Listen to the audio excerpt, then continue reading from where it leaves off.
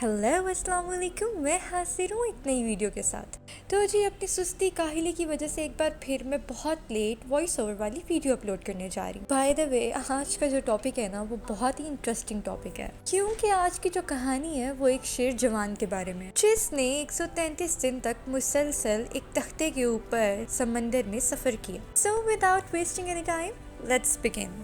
कहा जाता है कि चाइना के किसी शहर में पूनलिम नाम का एक शोना बेबी रहा करता था। तो जी जब वो 16 साल का हुआ तो रोज़गार की तलाश में वो बरतानिया चला गया। तानिया जाके 8 साल तक वो बहरी जहाज़ों पर काम करता रहा। तो जी 1942 में ये इसी तरह एक बहरी जहाज़ के ऊपर काम कर रहा था। इस बहरी जहाज़ का ये काम था कि वो ब्रिटिश आर्मी को सामान पहुंचाता था, क्योंकि उन दिनों वर्ल्ड वॉर 2 जारी थी। अब ना उन्हीं दिनों ये जहाज़ सामान पहुंचा रहा था साउथ अफ्रीका के शहर केप टाउन से अमेरिका को।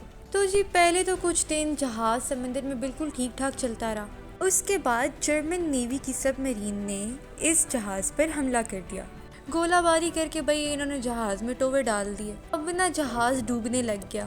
तो जी इस जहाज़ में पूनलिम के अलावा 54 और लोग भी थे। इन सब में सबसे ज़्यादा जो मीसना घुनना था वो पूनलिम था। जी पूनलिम ने फ़ौरन से लाइफ जैकेट पहन ली और समंदर के अंदर कूद मार दी। अब ना थोड़ी देर बाद ही बहरी जहाज़ जो था वो डूब गया। कोई भी नहीं बचा सिवाय पूनलिम के। अब ना ये पूनलिम हाथ पांव मार के समंदर के थोड़ा आगे गया तो आगे उसको समंदर के ऊपर ही एक तख्ता सा दिखाई दिया। अब ना जी पूनलिम का ये कहना है कि उस तख्ते के ऊपर सामान पड़ा हुआ था, खाने का थोड़ा सा और थोड़ा सा पानी पड़ा हुआ था, जिसको खा पी के पूनलिम ने 10 दिन तक आराम से समंदर के बीचों बीच गुलछर्रे उड़ाए। अब जी 10 दिन तक उसके पास खाने और पीने का सारा सामान खत्म हो चुका था। पूनलिम के पास खाने का सामान ख़त्म हो चुका था तो पूनलिम ने अपनी स्मार्टनेस का इस्तेमाल करते हुए एक कील को धागे से बांधकर पानी में लटका दिया और इस तरह वो मछलियों का शिकार करने लग गया। पूनलिम का ये कहना है कि उसने मछलियों का शिकार करके मछलियों का खून पीकर अपनी प्यास बुझाई और उनको खाकर अपनी भूख मिटाई।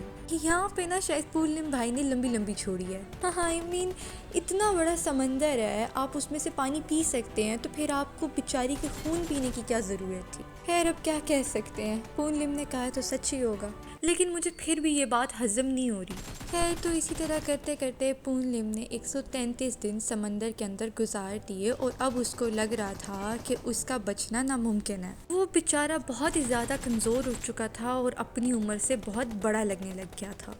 ये वो दिन था जब पूनलिम बीमार फील कर रहा था। तो इतने में ही उसने देखा कि उसके सामने से एक बोट गुजर रही है, जिसमें 2 लोग सवार थे। पूनलिम ने गला फाड़ फाड़ के उनको आवाज़ें देना शुरू कर दी और किस्मत से उनकी नज़र पूनलिम पे पड़ गई। वो फ़ौरन से पूनलिम के पास आए, उसे अपनी कश्ती में बिठाया और वो मछेरे उसको ब्राज़ील के शहर बेलम ले गए। वो उसे वहाँ पर एक हॉस्पिटल में ले गए।